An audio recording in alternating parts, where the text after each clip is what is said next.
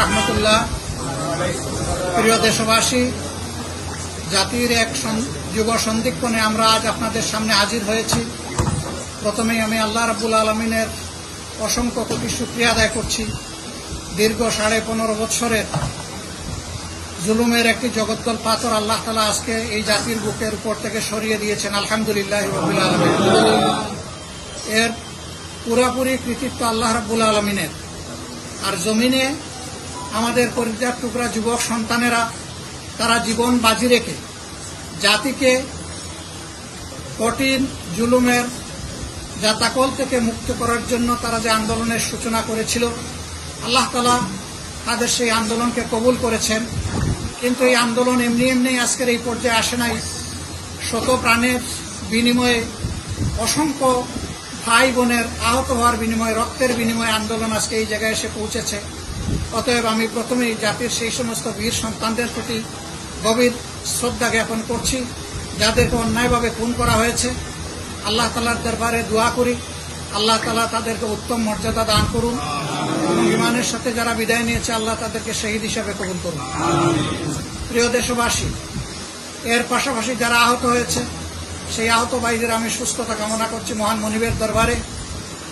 এই পরিস্থিতিতে আন্দোলন করতে গিয়ে ছাত্র আন্দোলনের যে সমস্ত ভাইদেরকে গ্রেফতার করা হয়েছে, জুলুম নির্যাতন করা হয়েছে এবং তাদের পাশাপাশি বিভিন্ন বিরোধী দলের সিনিয়র নেতৃবৃন্দ সহ অসংখ্য নেতা কর্মীকে গ্রেফতার করা হয়েছে।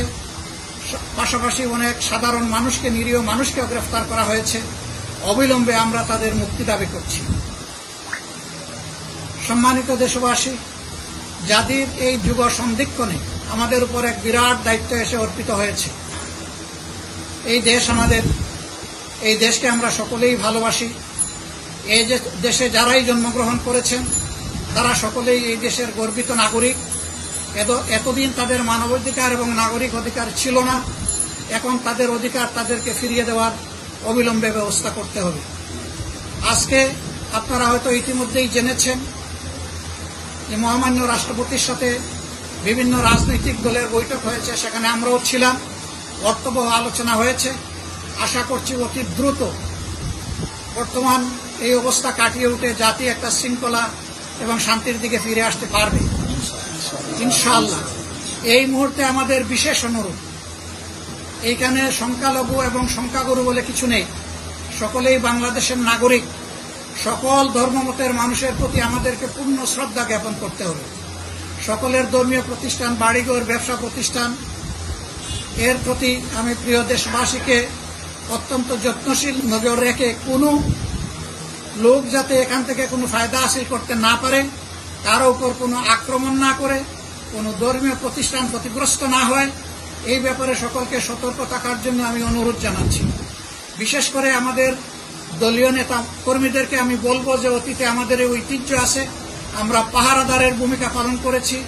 আপনারা গ্রুপ হয়ে বিভিন্ন জায়গায় পাহারাদারের ভূমিকা পালন করুন এবং এইরকম যদি কেউ কিছু করতে যায় তাকে নিবৃত্ত করুন, তাকে প্রতিরোধ করুন।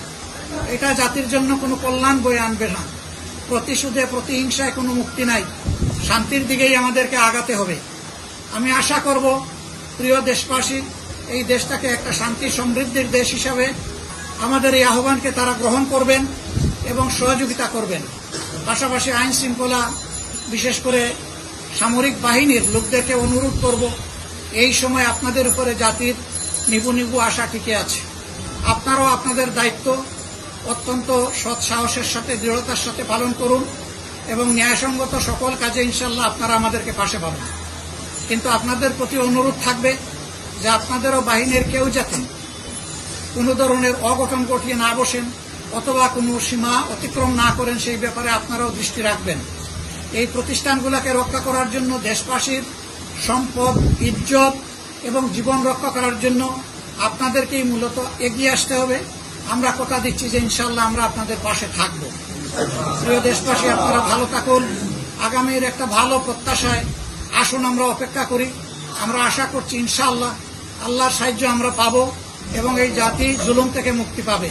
যারা এই আন্দোলনে নিহত হয়েছেন, দুনিয়া থেকে বিদায় নিয়েছেন, তাদের প্রতি এবং তাদের পরিবারের প্রতি গভীর কৃতজ্ঞতা আদায় করছি। তাদের পরিবারের প্রতি সহমর্মিতা জ্ঞাপন করছি এবং অতি দ্রুত ইনশাআল্লাহ আমরা সেই পরিবারগুলোর কাছে পৌঁছার চেষ্টা করব। আল্লাহ আমাদেরকে তৌফিক দান করুন। আরেকবার ছাত্র আন্দোলনের সূচনা যারা করেছিলেন, যাদের হাতে এই আন্দোলন আজকে পরিসমাপ্তি পেয়েছে, তাদেরকে আমি আমার এবং আমাদের প্রিয় সংগঠনের পক্ষ থেকে অন্তরের অন্তঃস্থল থেকে গভীর ভালোবাসা এবং কৃতজ্ঞতা জ্ঞাপন করছি। ধন্যবাদ সকলকে। আসসালামু আলাইকুম ওয়া রাহমাতুল্লাহি ওয়া বারাকাতুহু।